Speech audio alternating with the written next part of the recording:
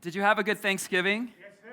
It's like the best weather of the week, am I right? Yeah. This week was the best weather of the year, am I right? It was definitely the best weather of the week, but it was, I think, and I don't know about you, but over the last few days, I've had time to pause and to reflect on all that God is in my life and all that God has given me. Spent the beginning of the week with some extended family, and really the last 3 days just with our family of 6. And I'm so grateful for what God has done in our lives. And I also want you to know that I'm so grateful for what God is doing in this season of our church. But remember, God can be doing something pretty incredible, but if you stay on the fringe or you stay on the outside, something amazing could be happening, but you won't know any different because you're not engaged in what's happening. So let me say to you, don't miss out. Lean in. Show up here Wednesday night, 7 p.m., and we're going to remind each other that God has been good, like we just sang, that He is faithful, and we're going to start praying into all of the things you and I are waiting for, what we're hoping will arrive one day. And so just be here 7 p.m. on Wednesday. I think it's going to be fantastic. But speaking of waiting, I want you to know that I believe there's so much waiting for you on the other side of what you're afraid of. I just think there's so much on the other side, but you'll never get to the other side unless you go through what scares you. At least that's been my own experience, and you'll see that in the text that we're going to look at in the Bible today. I just think there's so much on the other side, and here's what I know about you. You have so many places that you want to get to in your life, do you not? Am I right? Am I reading the room correctly? I know, through the mask, I'm just ready for that day, guys. It's coming, maybe. But there's so many places you want to get to in your lives. I know this, but you don't necessarily want to get to those places if it means you have to go through something hard. I'm convinced that fear has paralyzed us and that fear is keeping so many of us from actually realizing what God wants to put into our lives. But I want to say to you today, if you will just go through it, I really think you'll get to it. If you'll just go through the thing that is the obstacle, if you'll just go through the thing, and I believe God has so much. For some of you, what's on the other side is freedom from a bad habit or an addiction to a substance, or maybe to food, or I know nobody's ever been addicted to their phone, or anybody ever feel good when your screen time tells you spent less on it this week than last week?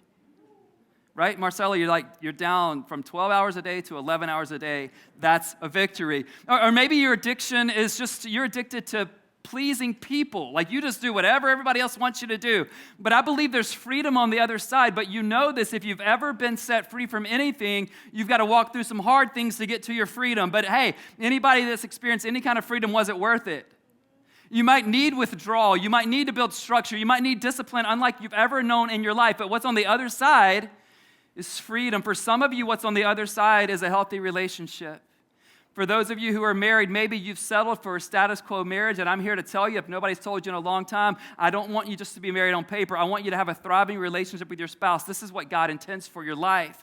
But here's what it's going to take. It's going to take vulnerability. It's going to take you being honest about your part in the process, and it's going to take commitment from you before you even know if your spouse is going to meet you and reciprocate that commitment. Others of you, you're in a dating relationship, and it is toxic. Your health and your wholeness are on the other side, but you must first walk away from that guy or that girl that's so familiar to you. But I promise you, there's beauty on the other side.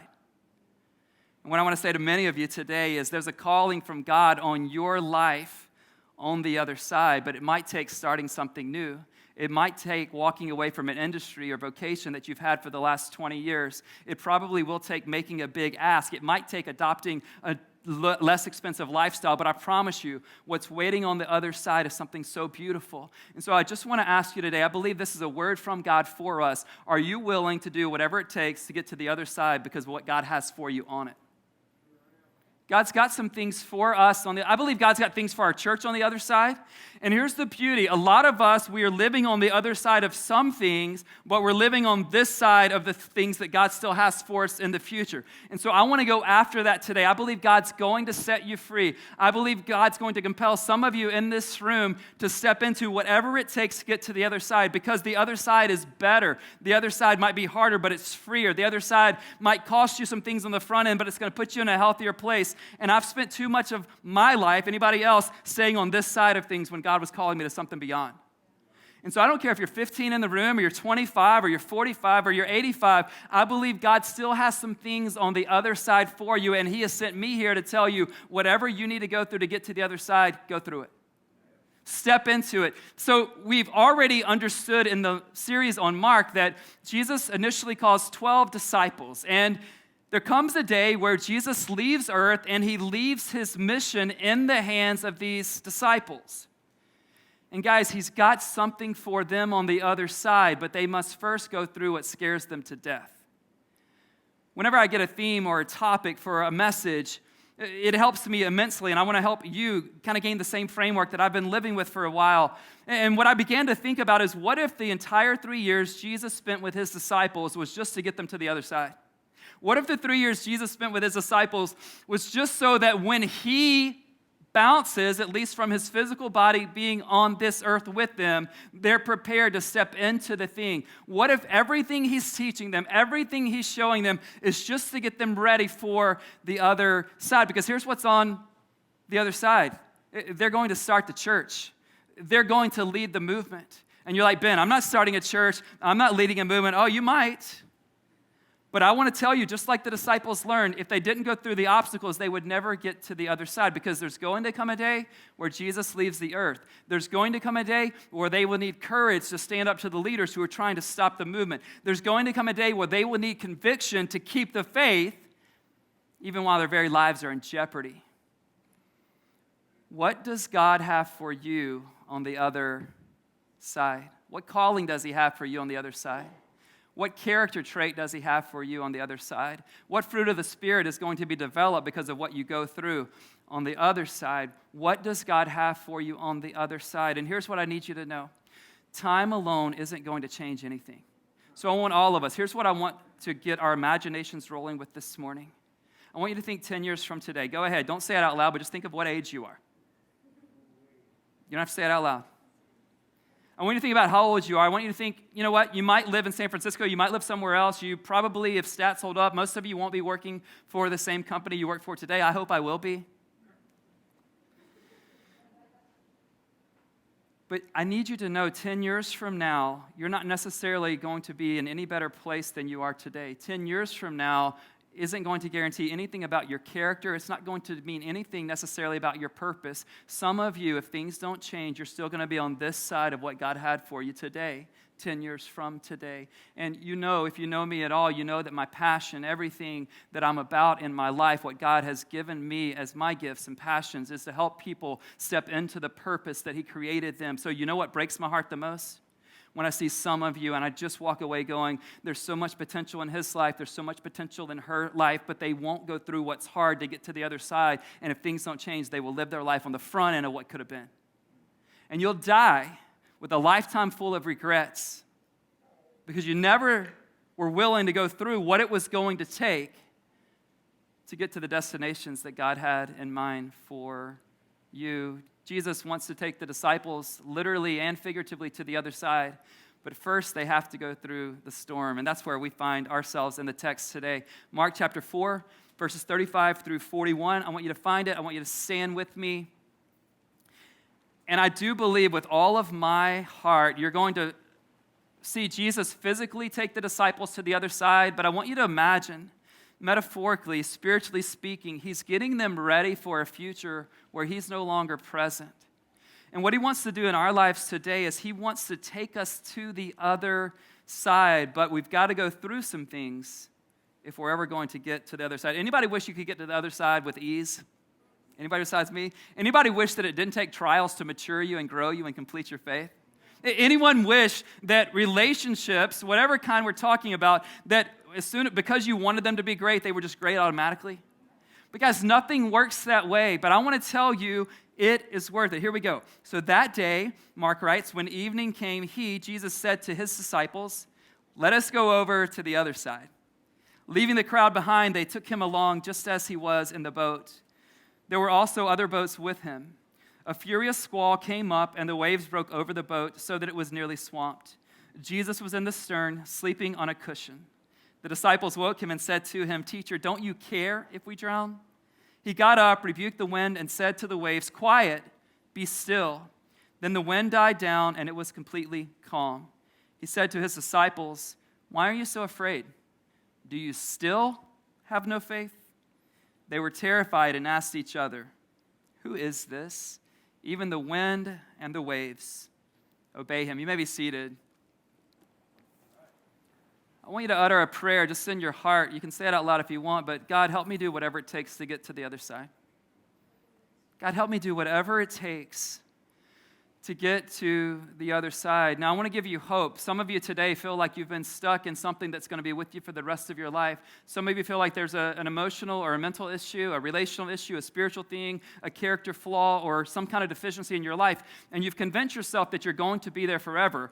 You can imagine looking back on the disciples' lives that they probably thought they would be stuck there forever too, but aren't you encouraged that this is where they began, and yet they became the ones who started the church, who led the movement, so we could sit in a basement in downtown San Francisco and talk about how this movement is continuing to go forward. There's hope for you, but you've got to lean in. You've got to engage. You've got to go through the thing that stands between where you are today and where God is calling you to be one day. Jesus says to them, let us go to the other side. I believe what he says to his disciples, he wants to say to you, let us go to the other side. But to go to the other side, you sometimes have to go through the storm. There are 4 questions that surface during this moment between Jesus, the disciples, and a powerful storm. 4 questions. Here they are. Do you care? Why are you so afraid? Do you still have no faith? Who is this? Do you care? You're like Ben in the text, it says, don't you care? I know. Same idea. Do you care? That's the disciples to Jesus. Then Jesus asked them 2 back-to-back questions that we'll see. They go together in a minute. Why are you so afraid? Do you still have no faith? And at the end of this moment, the disciples look at each other and just go, who is this? I love how Mark keeps showing us the humanity of Jesus and the divinity of Jesus in the same scene. I love how when you look at this scene, you see Jesus is tired. He's been teaching all day. He's exhausted. And yet he's the one who speaks to the wind and the waves. Now, for some of this story, I need you to lean into the humanity of Jesus. And for other parts of the story, obviously, you need to lean into the divinity of Jesus, because both are on full display. So when the text says a furious squall came up, what I've learned is that on the Sea of Galilee, it was not uncommon for a storm to show up out of nowhere. And so when this storm shows up out of nowhere, you can imagine there's experienced fishermen, like some of the disciples, we know that was their vocation. Experienced fishermen, you can assume that they've been through a storm before, but they haven't encountered too many storms like this one. So during this storm, the waves are breaking into the boat, water is now filling up the boat, and Jesus is sleeping. Here's a question you should ask, but I need you to look through the lens of the humanity of Jesus. How does Jesus sleep when he's surrounded by the storm? How does Jesus sleep when he's surrounded by the storm? Again, we're not answering the question by looking at him as God in the flesh. We're looking at this by him being human, by him having the same temptations and experiences that we have. How does Jesus sleep when he's surrounded by the storm? When the disciples see Jesus sleeping, they assume they know why he is sleeping, and you can tell what their assumption is by the question that they're asking. Here's the question they're asking. Jesus, don't you care if we drown? When they look at Jesus, he's so calm, and they're not so calm. You ever been fired up about something or afraid of something or anxious about something, and a person that meant a lot to you, they weren't anxious or scared, and you got upset at them? Anybody? You tell your boss, no, this is a big deal. All right, I tell Shauna, you don't care enough. You need to, here's why I'm so anxious. The disciples assume that Jesus is calm because they imagine he's apathetic to who they are and to what they're going through. Don't you care if we drown? Don't you care if we drown? Let me ask you a question. What do the storms in your life make you assume about Jesus?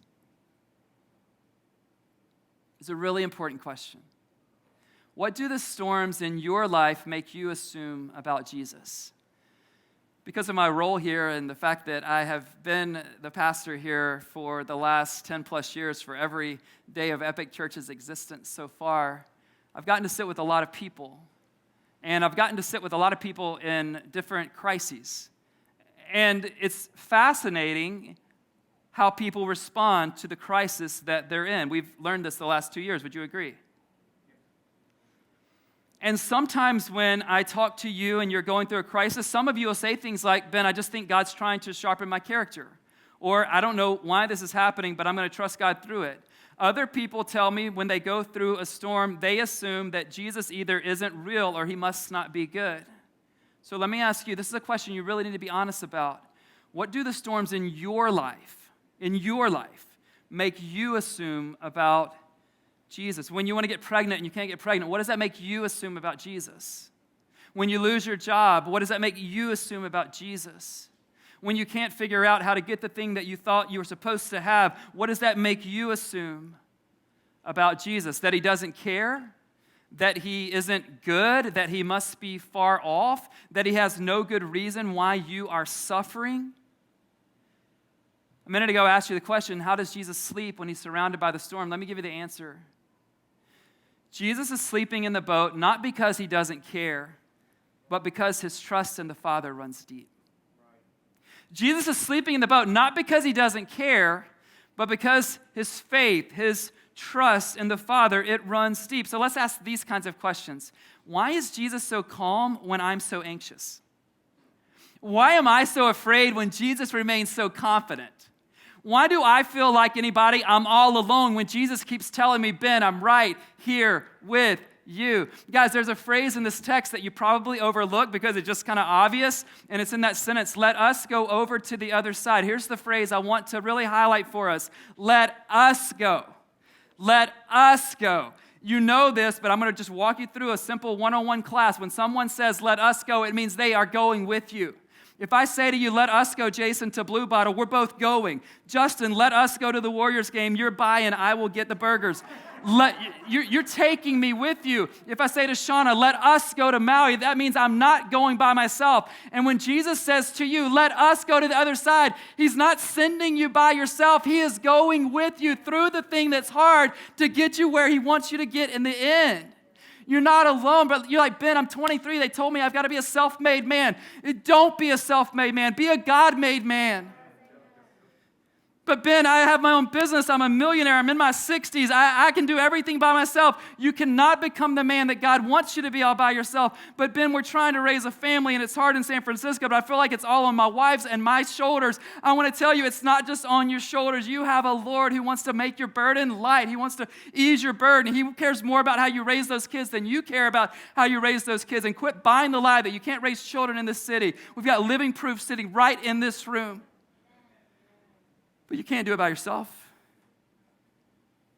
Let us go. All the time going, Jesus, all right, I'm going to go to the other side, and I'm going to come back, and I'm going to impress you with some stories. And I get up against the obstacle when I'm on my own, and I can't get to the other side. I'm like, wait a minute, you're right. You said let us go. Come on. Guys, my dreams for this church are higher than they've ever been, but I can't go by myself. I can't even go just with you humans. We've got to go with him, and the great thing about him is he's going, I will never leave you. I will never forsake you. I'm with you. You're not in this alone. You're not in this alone. So they asked Jesus the question, do you care? And it prompts two questions from Jesus. Jesus says, do I care? Why don't you answer a couple of questions? Why are you so afraid? Do you still have no faith? If your faith is at rock bottom today, if it's nearly non-existent, can I give you hope and tell you that one day these guys are going to have the faith that allows them to go forward even when their lives are at stake? Your non-faith can turn into much faith by the time you walk out of this room, and it can continue building as you leave. He says to them, why are you so afraid? Do you still have no faith? All of us know, and raise your hand if you're with me. If not, I've got questions for you afterwards. Raise your hand if you would love to live life without fear. Love to live life without fear? Can you imagine how you would sleep if you had no fear?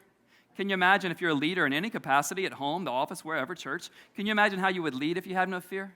Can you imagine what you would step into willingly if you had no fear? Can you imagine what you would start or what you might stop if you had no fear? Can you imagine? Jesus wants to remove fear. And we're like, Ben, I know that. I got to get rid of my fear. I've got to remove my fear. I've got to eradicate all fear from my life. And so you know what we try to do? We try to wish it away, or we even try to pray it away. Guys, you cannot just wish away your fear. You have to replace your fear. And there are two things the Bible tells us we've got to replace fear with. The first one is faith.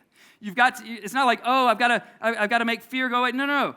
Guys, we've got to replace. The first thing is faith. Look at Psalm 112, verses 7 and 8. I love this. It says they will have no fear of bad news. Their hearts are steadfast, trusting in the Lord. If you're a person who circles, you circle the phrase, they will have no fear of bad news, and then you circle trusting in the Lord, and you realize there's a correlation. They didn't just get rid of bad news, they started trusting God. Their hearts are secure. They will have no fear. In the end, they will look in triumph on their foes. You need to circle that phrase, in the end. Faith overcomes fear when we believe that in the end, Jesus keeps his promise. In the end, we win. In the end, we're in good hands. The Lord is my shepherd. I lack nothing. He will take care of me in this life, and he will carry me home to life forever with him one day. That's how you get rid of fear. You replace it with faith. In this moment, Jesus and the disciples, just like all of us, they have physical eyes to see the storm around them. But only Jesus in this moment has spiritual eyes to see beyond the storm. Can you see beyond the storm, or do you just see the storm? I think about what if Jesus is using the 3 years with the disciples to develop their spiritual eyes? What if he's helping get them to the other side so that when they see things they should be afraid of, they move forward in faith anyway? I wonder what he's trying to help us see as we gain our spiritual sight today. When you look at the life of Moses, it's really easy to see that he got to the other side, right? I mean, he is an example of a leader, and he does. He comes to Egypt, and he frees the nation of Israel from their slavery there in Egypt, and it's incredible. Of course, he doesn't keep necessarily moving in the right direction with some of the things we're talking about today, but when you see Moses get to this amazing place, you forget what he went through to get there. How many of you have just forgotten what you went through to get where you are today and know that if you're going to get to the next place, you got to go through some other stuff? Hebrews 11:27 says this, by faith, Moses left Egypt, not fearing the king's anger. He persevered. How? Because he saw him who is invisible. How did he get over his fear? Did he wish it away? Did he become so old that he wasn't afraid any longer? Did he only pursue things that he could control or could handle on his own? No, by faith, he overcame fear of Pharaoh, the most powerful man in the known world. And how did he keep going? He persevered because he gained spiritual sight. Do you know what's ahead for you if you gain spiritual eyes? And do you know what you will have to forfeit if you only see with your physical eyes? Don't you want a life that has more ahead for you than just what makes common sense? Don't you want a life ahead that's more than what you can handle by yourself? Don't you want a life ahead that looks a little bit different than the rest of the world who doesn't even believe there's a God? Don't you want a different life than them? It's waiting on you, but you've got to go through it. Here's the question, or maybe the statement. If your fear of what you face is stronger than your faith in Jesus, you will miss out on so much. I'm not making light of the obstacles. I'm not saying there aren't things in the way. I'm just telling you, if your fear of what you face is stronger than your faith in Jesus, you will miss out on so much. I shudder to think about the things that I would have missed out on had I allowed fear to keep winning the day in my heart.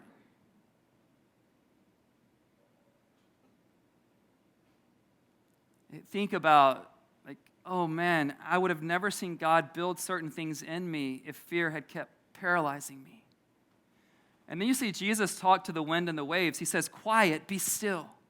Now, I was fascinated to learn that this word that gets translated be quiet, it's the same word that Jesus uses in Mark 1:25 when he tells the demon who was inside that man to be quiet. And in that moment with the demon, and this moment here with the wind and the waves, what you see is the authority of Jesus on the scene. And the disciples recognize, oh my gosh, we've seen him do it with demons. We've seen him have authority in his teaching. And now we see his authority over the thing that is the most chaotic environment that we know of, the sea that kind of has a mind of its own. But when he said stop, it stopped, just like the demon. So how would your life change if you knew that you were never going to face anything that has more authority than Jesus? I said that faith is one thing that must replace fear, but what's the other one? Love. Love. Have you allowed yourself to be loved out of your fear?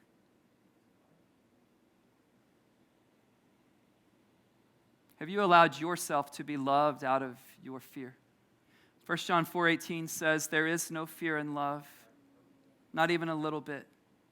Perfect love drives out fear, because fear has to do with punishment. The one who fears is not made perfect in love.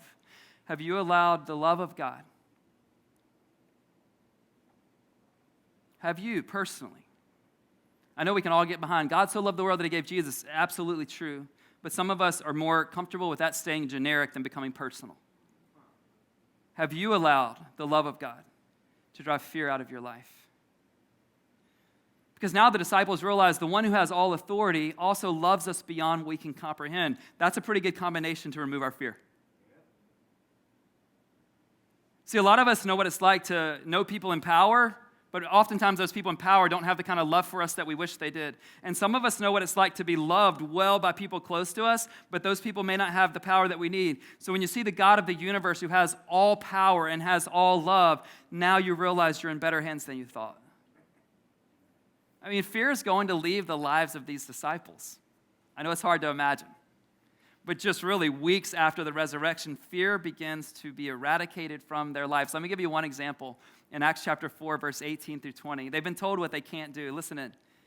Then they, the religious leaders, called to them the disciples in again and commanded them not to speak or teach at all in the name of Jesus. Remember the day when Peter would have been like, you got it. I don't even know that man. Not today. But Peter and John replied, which is right in God's eyes, to listen to you or to him? You be the judges. As for us, we cannot help speaking about what we have seen and heard. There comes a day where they no longer listen to their fears. Can you imagine? They no longer listen to their fears. They are now listening to the voice of God. And they ask those in power a question I want to ask you.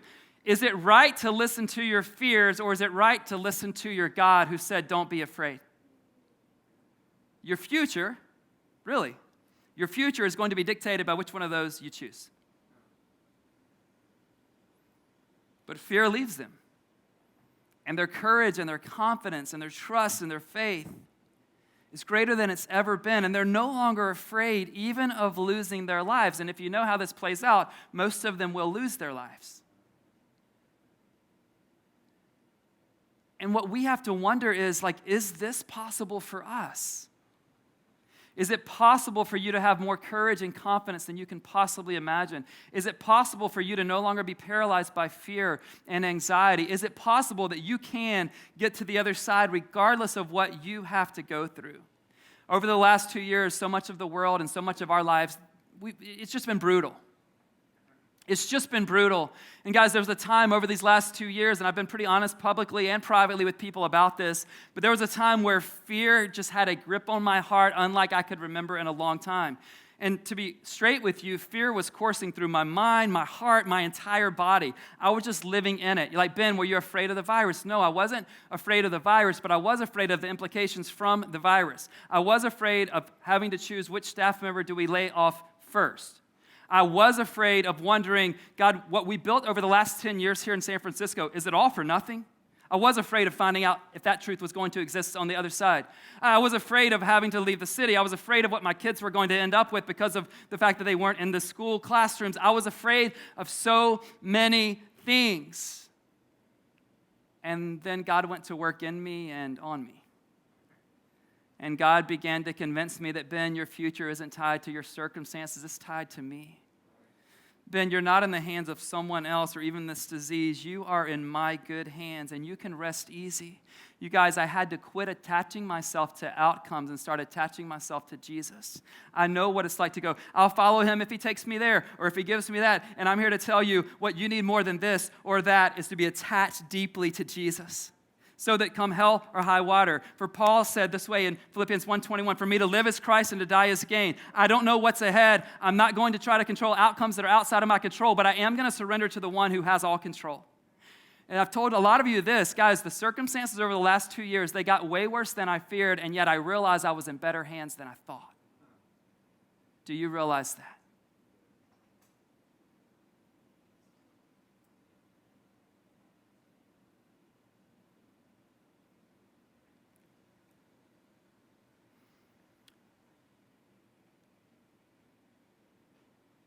I'm on the other side of that, but I had to go through that. I'm on the other side. And I don't know what's ahead, but I can tell you this. I have more confidence and less anxiety than I've ever had in my life. I have more faith about my future, faith about my family's future, faith about the Epic family's future than I've ever had in my whole life. And I wonder for you, will you end your life where you are today, like on this side of the thing that you don't want to go through to get to the other side? Or will you go, okay, whatever it takes, I'm in? We love Bible stories where people got to the other side, don't we? There's a reason why you name your kids after Joshua and Caleb and you don't name your kids after the other 10 spies, isn't it? Like, Ben, first of all, they're hard to pronounce. I get that. Secondly, though, none of us are naming our children after the guys who saw what God had for them in the promised land on the other side, saw the giants in the land and go, no, we don't want any of that. None of us like telling that side of the story. None of us want to emulate them, and yet some of you are emulating those 10 rather than Joshua, Caleb. God, you want to give us the land. There are giants in the land, but if you're calling us to that side, we can go through it with you. Some of you are just waiting on this side, and I'm here to tell you, if no one else has told you, you're not going to get to that side alone. You're not going to get there by yourself. The obstacle's not just going to go away. What you're going to end up with is a litany of regrets that are going to keep you from trusting what God has for you. So you tell me, what can you imagine is on the other side? What have you learned to live with, like Ruthie said last week, and you assume you've got to stay on this side of that, and I'm here to tell you, no, God has something else for you. I really do think Jesus has so much for you on the other side. And I know you want it to be easy, and I know you want it to happen overnight, but Jesus doesn't want to give you some faith hype for a week. He wants to give you faith that goes the distance. And some of you have set your faith down because you didn't want to face what's between you and the other side. The disciples are going to lose their fear. They're going to lead the church. They're going to carry the movement forward because they did what was necessary to get to the other side. Would you pray with me? I want to give you a template that I think can help you as you process this whole idea of the other side. And just to invite you really where you are to think of this template. Here it is. Use your imagination. Think about what God's been stirring in your heart. And just say this to him. Jesus, I think there's a good chance you have blank for me on the other side. I think there's a chance you have freedom for me on the other side. I think there's a chance you have a stronger character on the other side. I think you have generosity in my life on the other side. And then after you tell him what you think he might have on the other side, go ahead and tell him what the obstacle is that seems to be in the way between where you are today and getting to the other side. So you might say, Jesus, I think you have generosity on the other side, but my selfish ambition is in the way. Or my lack of trust in you is in the way. Or you might say, Jesus, I think you have a healthy relationship on the other side, but I might have to leave the one I'm in today that's toxic, but it's really familiar. And it's hard to do that. Would you help me? So again, Jesus, I think you have this on the other side, but there's this thing in the way, and I don't know how to get through it, but I want to trust you. I want to allow faith in you and your love for me to remove my fear. I get the sense today that some of you have been kind of thinking that faith in Jesus is on the other side for you. But you haven't come to that moment yet because you keep thinking, oh man, but what's between here and there is me surrendering my life. Me giving up control to God, and I'm not sure that I can trust him. Well, I want to say to you, if that's you, your life is better in his hands than in your own. And maybe today you would just raise a hand. I want to ask now, just like, hey, would today be the day where you're just like, I want to put my faith in Jesus? I knew that was on the other side, but I've kind of been going back and forth because of what's in the way. And today you can just say to him, Jesus, it's been hard for me to hand you my life. But I'm tired of missing out on the life you have for me. So today I surrender myself. You can let us know that on your card. But then for the rest of you, maybe it's a relational thing that's on the other side. Maybe there's a mental health thing on the other side. Maybe there's freedom. Maybe it's wholeness. Maybe it's a vocation. Maybe it's your purpose. You've been doing something that makes a lot of money. The world thinks a lot of. Your parents wanted you to do it, but you're miserable because you're not doing the thing that God made you to do. And you want to get to the other side of your vocation, but you're scared to walk away from what's so comfortable. Can I encourage you by faith to trust God?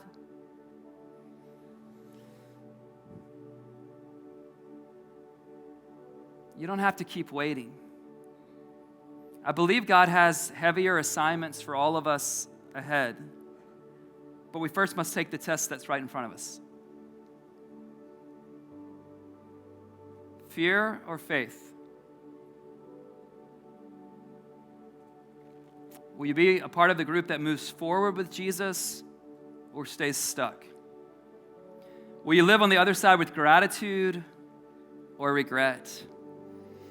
God, I thank you that you've done so much to get so many of us to the other side of really the things that we thought would hold us back forever.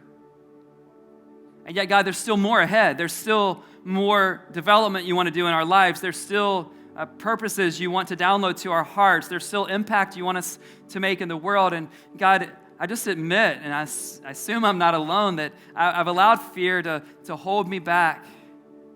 God, we say this all the time. We can choose pain on the front end or on the back end, but God, could we choose on the front end to sacrifice, to do what's hard, to trust you, to go through the obstacle? Because there's so much waiting for us on the other side. God, would you come and have your way? I pray for my friends in this room who aren't sure it's worth going through the thing in front of them to get to the other side. I pray that you would convince them. I pray they would surround themselves with people here at Epic who can encourage them and spur them on and keep saying to them, it will be worth it.